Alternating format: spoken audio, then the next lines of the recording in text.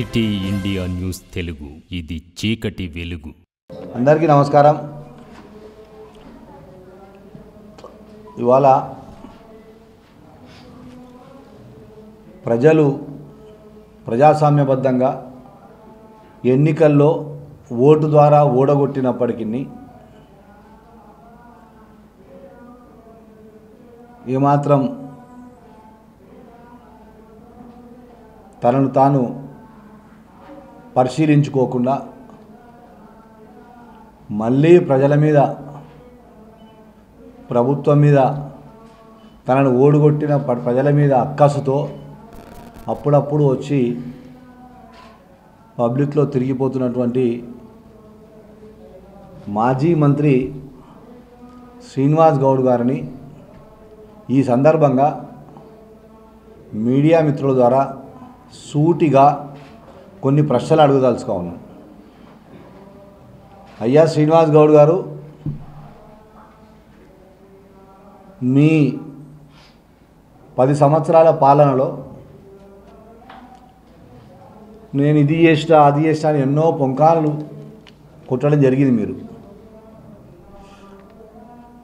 అందులో భాగంగానే మీ తల్లిదండ్రుల పేరు మీద శాంతా నారాయణ గౌడ్ చారిటబుల్ ట్రస్ట్ అని ఒకటి ట్రస్టును మీరు స్థాపించారు. ఆ ట్రస్ట్ ద్వారా హాస్పిటల్లో ప్రజలకు అన్నం పెడతామంటారు, ఇంకా ఏమేమో చేస్తామన్నారు. అధికారం ఉంది కదా అని చెప్పి మీ తల్లిదండ్రుల పేరు, దివంగతులైనటువంటి మీ తల్లిదండ్రుల పేరు మీద ఒక ట్రస్టు, చారిటబుల్ ట్రస్ట్ ఓపెన్ చేసి ఒక మంత్రిగా ప్రమాణ స్వీకారం చేసేటప్పుడు మీరు తీసుకున్నటువంటి ఓత్కు ప్రమాణానికి భిన్నంగా, విరుద్ధంగా మీ అధికారాన్ని వాడుకొని మహబూబ్ నగర్లో అత్యంత విలువైనటువంటి భూమిని మీరు మీ ట్రస్టుకు అన్యాయంగా, అక్రమంగా, ప్రభుత్వ విధి విధానాలకు వ్యతిరేకంగా అలాట్ చేయించుకున్నది నిజం కాదా? శాంతా నారాయణ గౌడ్ చారిటబుల్ ట్రస్ట్ అట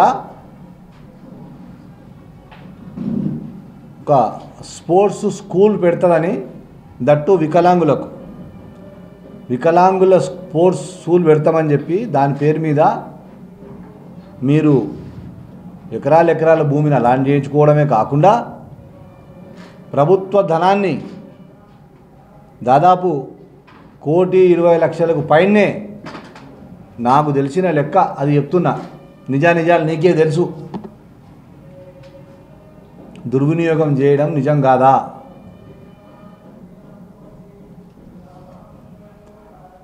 ప్రభుత్వం కోట్ల రూపాయలు, దాదాపు ఒక 500 కోట్ల దాకా 600 కోట్ల దాకా శాంక్షన్ చేస్తే దాన్ని నీ సొంత లాభం కొరకు, నీ కుటుంబ సభ్యులు నడుపుతున్నటువంటి ఈ ట్రస్టుకు భూమిని అలాంటి చేయించుకోవడమే కాకుండా కోట్ల రూపాయలతో మన అక్కడ ఒక స్ట్రక్చరు నిర్మించుకొని, ఇది సర్వే నెంబర్ 25 ఎనుగొండ ప్రాంతంలో సర్వే నెంబర్ 25లో బైపాస్ రోడ్డుకు అతి సమీపంలో కార్నర్లో ఉంటుంది ఈ సైటు. ఇక్కడ ఓ చిన్న బిల్డింగ్, ఇది ఓ స్ట్రక్చర్, దీంట్లో కన్స్ట్రక్షన్ చేస్తామని చెప్పి, కాంపౌండ్ వాల్ కట్టినామని చెప్పి ప్రభుత్వ అధికారులను ఒత్తిడి చేసి, బెదిరించి, నానా రకాలుగా అధికార దుర్వినియోగం చేసి భూమి విలువ ఇప్పుడు ట్రస్ట్ వాళ్ళే చెప్పాలి. నేను ఈ సందర్భంగా శుద్ధపూసలాగా, ఏమీ ఎరగని నల్లిలాగా ప్రజల ముందులో నీతులు ఒల్లించే శ్రీనివాస్ గౌడ్, ఇవాళ నువ్వు ఈ పత్రికా సమావేశం ద్వారా మీకు ఒక 24 గంటల సమయం ఇస్తున్నా. ఈ ల్యాండ్ ఎంత అలాట్ చేసుకున్నావు, ఎట్లా అలాట్ చేసుకున్నావు, ఎన్ని డబ్బులు ఖర్చు పెట్టినావు, నీ అంతకు నువ్వుగా పత్రికా విలేకరుల సమావేశం పెట్టి ఉన్న నిజాలన్నీ చెప్పాలి.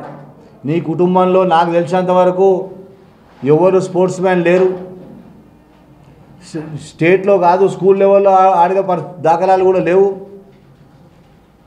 ఎవరైనా అంతర్జాతీయ స్థాయిలో స్పోర్ట్స్లో ప్రాముఖ్యులు ఉంటే వాళ్ళు మళ్ళీ స్పోర్ట్స్కు సేవ చేస్తారని చెప్పి ప్రభుత్వం వాళ్ళకు కొంత ఏమైనా నిధులు కానీ ల్యాండ్ కానీ ఇచ్చి డెవలప్ చేయండి అని చెప్పే అవకాశం ఉంటుంది. సో ఆ రకంగా ప్రభుత్వం కూడా విధి విధానాలకు విరుద్ధంగా అధికారులను చేసి ఒత్తిడి తెచ్చి నువ్వు అలాట్ చేసుకున్నావు డబ్బులు, ఆ డబ్బులన్నీ కూడా ఇవాళ ఈ పత్రికా విలేకరుల సమావేశం ద్వారా జిల్లా కలెక్టర్ గారు కూడా ఈ మహబూబ్ నగర్ ప్రజల తరపున రెండు చేతులు జోడించి నమస్కరిస్తూ అడుక్కుంటున్నాం, వేడుకుంటున్నాం కలెక్టర్ గారు, దీనిపైన పూర్తి విచారణ చేయించండి. ఈ అలాట్ చేసినటువంటి అధికారులను కూడా వదలొద్దు, అధికారులను కూడా శిక్షించాలి. ఈ అక్రమాలకు అప్పట్లో మంత్రి గారికి సపోర్ట్ చేసి ఇవన్నీ భూములు అలాట్ చేయడము, వర్కులు అక్కడ పోయి కన్స్ట్రక్షన్ చేయడము, ఈ అధికారులు ఎవరైతే పనిచేసి వాళ్ళందరినీ కూడా శిక్షించాలని కూడా ఇవాళ మేము డిమాండ్ చేస్తూ ఉన్నాం. మామూలుగా సస్పెన్షన్ అనేది శిక్ష కాదు ఇవ్వాలి, రేపు వాళ్ళని రిమూవల్ చేయాలి, డిస్మిస్ ఫ్రమ్ సర్వీస్ చేయాలి. ఒక వ్యక్తికి, ఒక రాజకీయ నాయకుని వరకు ప్రభుత్వ ఆస్తులను దారాదత్తం చేయడం అనేది అన్యాయం, దేశద్రోహం కింద పరిగణిస్తూ ఉన్నాం మేము దాన్ని.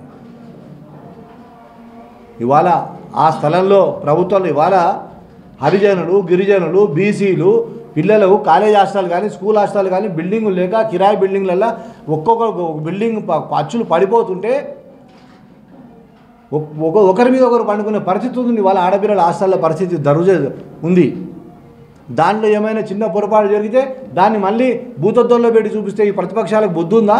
ప్రభుత్వంలో ఉన్నటువంటి స్థలాలన్నీ కూడా అక్రమంగా పట్టా సర్టిఫికేట్ తయారు చేసి అమ్ముకుంటారు. ఎక్కడైనా స్థలం దొరికితే, ఇంకేదైనా దొరికితే మీ సొంతం మీ తల్లిదండ్రుల పేరు మీద, మీ పిల్లల పేరు మీద ట్రస్టీ ఎవరు నడుపుతున్నారో కూడా సినిమాస్ కూడా చెప్పాలి. మరి నువ్వు ఉన్నావా ట్రస్టీగా? మీ పిల్లలు ఉన్నారా, కోడళ్ళు ఉన్నారా, కొడుకులు ఉన్నారా, మన్మలు ఉన్నారా, ఎవరున్నారో చెప్పాలి. నేను ఒకరోజు సమయం ఎందుకు ఇస్తున్నా అంటే, మొన్ననే మీ సోదరుడు జైలుకు పోయొచ్చుండు. ఇప్పుడు దీని కనుక క్రిమినల్ కేసు కనుక మేము పెడితే ఈ ట్రస్ట్గా ఉన్నటువంటి వాళ్ళందరూ కూడా మళ్ళీ క్రిమినల్ కేసు ఫేస్ చేయాల్సి వస్తారు. కనుక నీకు ఒకరోజు సమయం ఇస్తున్నా. నీ అంతకు నువ్వుగా మహబూబ్ నగర్ ప్రజలకు క్షమాపణ చెప్పాలి.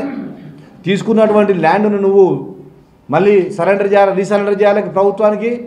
అక్కడ ఖర్చు పెట్టినటువంటి నిధులన్నీ కూడా నువ్వే నీ సొంత జోబులోంచి రికవర్ చేసి ప్రభుత్వానికి కట్టాలని నా డిమాండ్ చేస్తూ ఉన్నా. మరి ఈ అక్రమానికి, ఈ అన్యాయానికి, ఈ ఇల్లీగల్ యాక్టివిటీకి సహకరించినటువంటి అధికారులను అందరినీ కూడా శిక్షించాలని చెప్పి కూడా ఇవాళ కలెక్టర్ గారికి విజ్ఞప్తి చేస్తూ ఉంది ఈ ప్రెస్.